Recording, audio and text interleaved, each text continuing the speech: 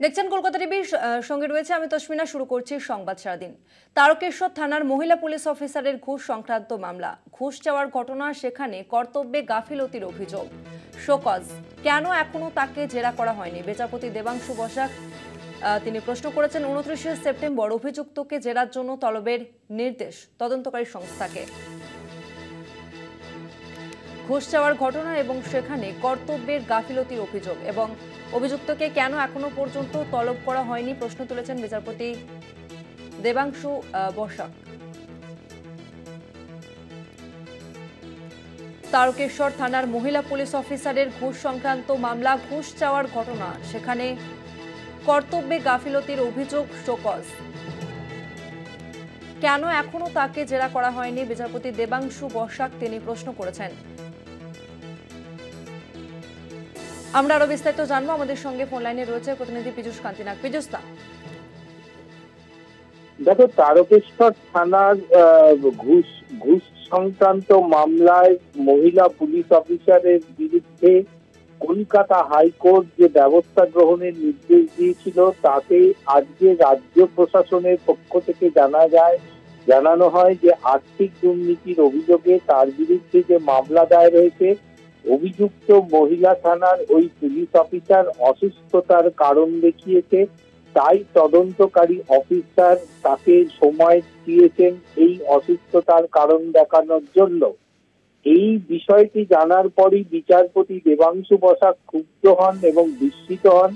বিচারপতি দেবাংশু বসাক বেশ কিছু মন্তব্য করেন। তার মন্তব্য হচ্ছে যে ঘুষ চাওয়ার ঘটনা, যেখানে কর্তব্যের গাফিলতি, সেখানে শোকজ করা হলো, তারপরে কোর্ট চুপ করে বসে থাকবে। আর কলকাতা হাইকোর্টের নির্দেশে তৎপর হওয়ার পরই তার বিরুদ্ধে এফআইআর দায়ের হলো এবং তার বিরুদ্ধে তদন্ত যখন এগোনোর কথা, তখন তার অসুস্থতার কারণ দেখিয়ে তাকে ছুটি দেওয়া হলো। এই বিষয়টিতে যে সরকারি গাফিলতি, তা কিন্তু আদালত সহ্য করবে না। তা তিনি এও বলেন, যেভাবে ব্যাপারটা রাজ্য প্রশাসন হ্যান্ডেল করছে, তাতে আমাদের মনে হচ্ছে যে রাজ্য প্রশাসন সিরিয়াস নয়, প্রথম থেকেই ব্যাপারটাকে হালকাভাবে নিয়েছে। ঘুষ চাওয়া পুলিশ অফিসারকে শাস্তি দিতে গোটা পুলিশ প্রশাসনের এত বাধা কোথায়? এমনটাই মন্তব্য বিচারপতি বসাকের। বিচারপতি বসাক পরিষ্কারভাবে জানিয়েছেন, তাদের তদন্তের গতি প্রকৃতি থেকে মনে হচ্ছে যে এটি গা ছাড়া ভাব রয়েছে এই তদন্তে। মামলাকারী আবেদনকারীর আইনজীবী শুভব্রত দত্ত এদিন দাবি করেন যে পুলিশ কর্মী চম্পা কুন্ডু ফোনে তার ক্লায়েন্টকে টাকা চান, সেই বিষয়টি সামনে এসেছে এবং এই বিষয়টি অ্যান্টি করাপশন ব্রাঞ্চ ডিপার্টমেন্ট রাজ্যের দুর্নীতি দমন শাখাকে দিয়ে এক্সপার্ট এজেন্সির দ্বারাই এই তদন্ত হস্তান্তর করা হোক। অর্থাৎ রাজ্য পুলিশের হাত থেকে এই তদন্ত রাজ্যের দুর্নীতি দমন শাখা বা অ্যান্টি করাপশন ডিপার্টমেন্টকে দিয়ে তদন্ত করা হোক। কিন্তু বিচারপতি দেবাংশু বসাক পরিষ্কার জানিয়ে দিয়েছেন, আপাতত রাজ্য পুলিশই তদন্ত করবে। রাজ্যের স্ট্যান্ড কিন্তু নাগরিকদের ভরসা জোগানোর অনুকূল নয়, সেটা কিন্তু আজ মন্তব্যের মাধ্যমে পরিষ্কার করেছেন বিচারপতি বসাক।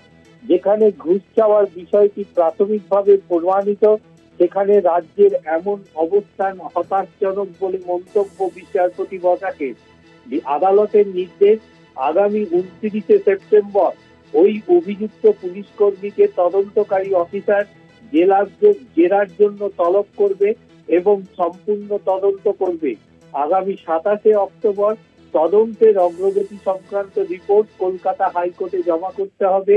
27শে অক্টোবর পরবর্তী শুনানির দিন।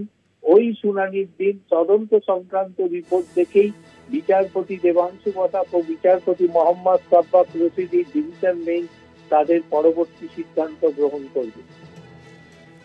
পীযূষ, তুমি আমাদের সঙ্গে থাকো।